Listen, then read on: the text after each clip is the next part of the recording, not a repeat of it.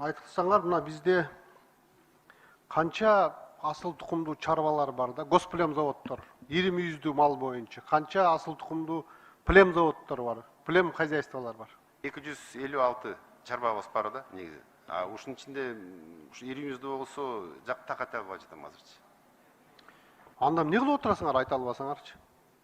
Сиз айыл чарба министри, госплем завод барбы жокпу өзү Кыргызстанда? 60% ушу ири мүйүздүү малдыкын плем завод куруп, негизи чарбалар. Сиз абдан жаңылышып атасыз. Эгер 60% госплем завод болсо, плем чарба болсо, анда Кыргызстан гүлдөп жыргап кетмекпиз анда. Жалпысы Сүттү бир 7000ден алып калмакпыз анда. Сиз туруп атасыз да, госплем заводдон бизде 9 Кыргызстан боюнча, а калгандар болсо жеке менчик племенный чарбалар. Ири мүйүздүү малдыкын эсептеп бергилечи, кайсы бар плем завод? 9 дедиңер, 9 эсептеп бергиле.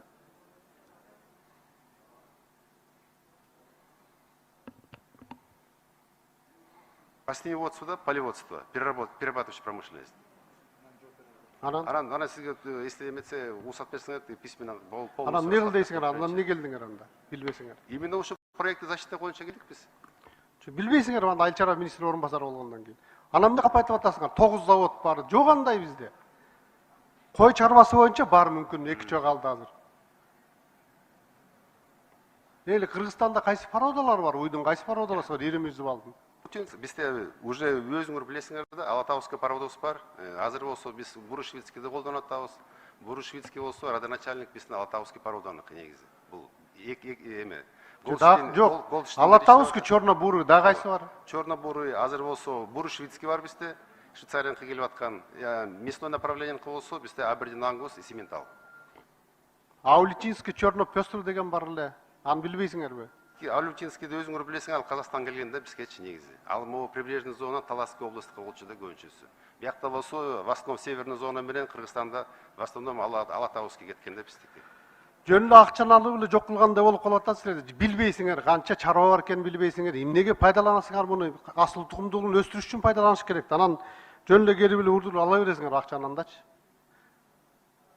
Төрөгүлбекович, сиз айтыңызчы анда бул министриңер чото мен министрдин өкүлчүлүгүнө канаттанбай атам, жогуначы. Сиз мурдагы министр катары айтсаңыз, билесизби?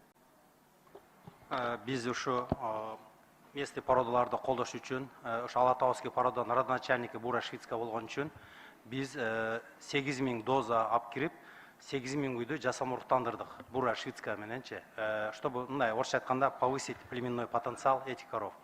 Андан ушу жылы 3186 музу алдык, помесных телят с улучшенными племенными качествами.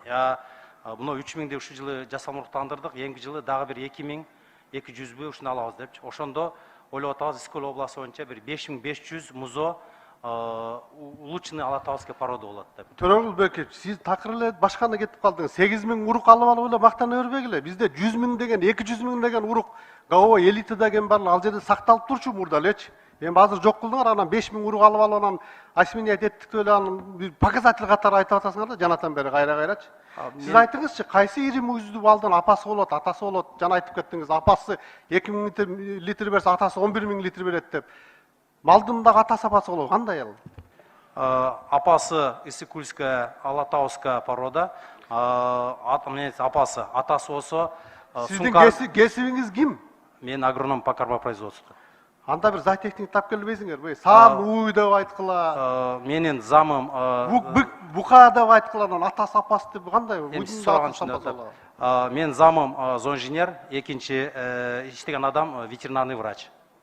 Айтып аткандай, местный породалар Алатауский порода, малдын өзү биздин Алатауский порода, берки бык, производитель, бурый шведский породы, американской селекции, Сункар и Баттер.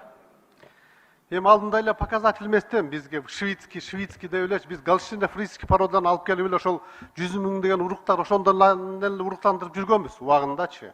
Эми азыр 8 000, 10 000 дегенер уят. Могу жерде миллиондогон доллар алып туруп анан биз 3000 бузоо алдык. Бир чарба эле алып койчу. 10 секунд. Бир кичине даярданып келип, мындай бир жооп берсеңер ушунча акча алып аткандан. Бирок бул долбоор абдан керек, мен колдойм. Süt çarbaсын өнүктүрүшүбүз керек.